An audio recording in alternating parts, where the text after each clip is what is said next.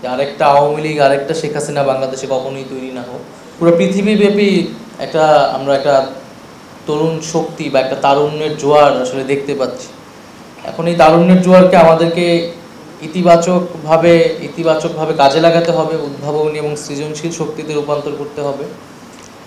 যেহেতু এই জুলাই গণ অভ্যুত্থানে ছাত্রদের বা তরুণদের একটা ব্যাপক ভূমিকা রয়েছে বা ছিল, এবং সেই ভূমিকাকে এক প্রকার স্বীকৃতি দিতেই এই তারুণ্যের উৎসব এবং একটা অভ্যুত্থান পরবর্তী সমাজে উদ্দীপনা উজ্জীবিত করতেই মূলত এই তারুণ্যের উৎসব।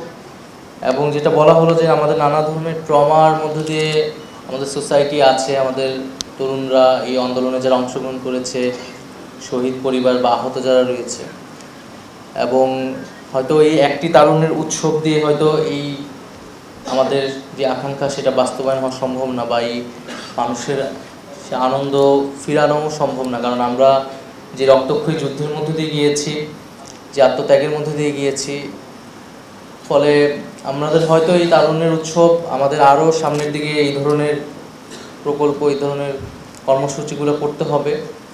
তবে আমাদের যে ট্রমা, আমাদের যে আকাঙ্ক্ষা, সেটা মূলত বাস্তবায়ন হবে, আমাদের বেদনা দূর হবে জাস্টিসের মধ্য দিয়ে। আমরা যখন এই যে গণ অভ্যুত্থানে সংঘটিত যে অপরাধ, সেই অপরাধের বিচার আমরা দৃশ্যমান দেখব, এবং গত 15-16 বছরের যে নানা ধরনের অপরাধ এবং এই অত্যাচার নিপীড়নের ফলে যে বঞ্চনা সমাজে তৈরি হয়েছে, মানুষ যখন সেই বিচারগুলো দৃশ্যমান হবে সকলের সামনে, আমি মনে করি তখনই এই ট্রমাটা দূর হবে অনেকটা। এবং পাশাপাশি আমাদের যেই পরিবর্তনের লক্ষ্যে আমরা এই গণ অভ্যুত্থান, যেটাকে আমরা বলতেছি এখন যে আমাদের রাষ্ট্রের সংস্কার করতে হবে, অর্থাৎ মানুষ একটা পরিবর্তন চেয়েছে বা একটা পরিবর্তন চায়। মানুষ আর আগের ব্যবস্থায়, আগের মতো যাতে না হোক বাংলাদেশ, সেটাই মানুষের কামনা। যে আরেকটা আওয়ামী লীগ, আরেকটা শেখ হাসিনা বাংলাদেশে কখনোই তৈরি না হোক, এমনভাবে রাষ্ট্র কাঠামোর এবং সমাজের বদল তৈরি করা, পরিবর্তন তৈরি করা।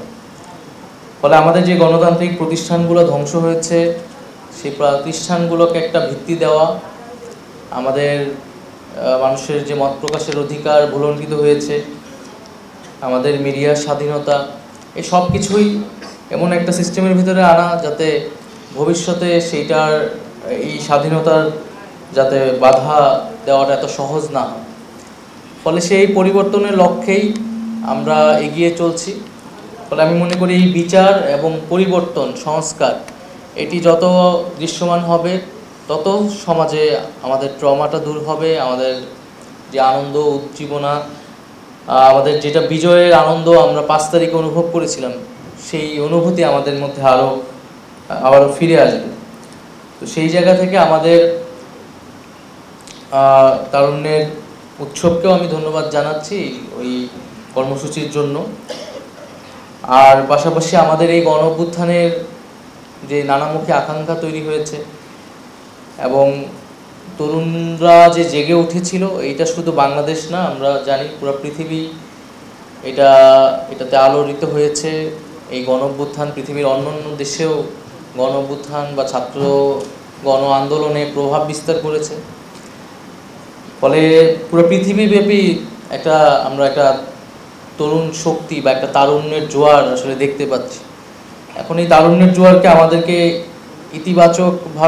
ইতিবাচকভাবে কাজে লাগাতে হবে, উদ্ভাবনী এবং সৃজনশীল শক্তিতে রূপান্তর করতে হবে।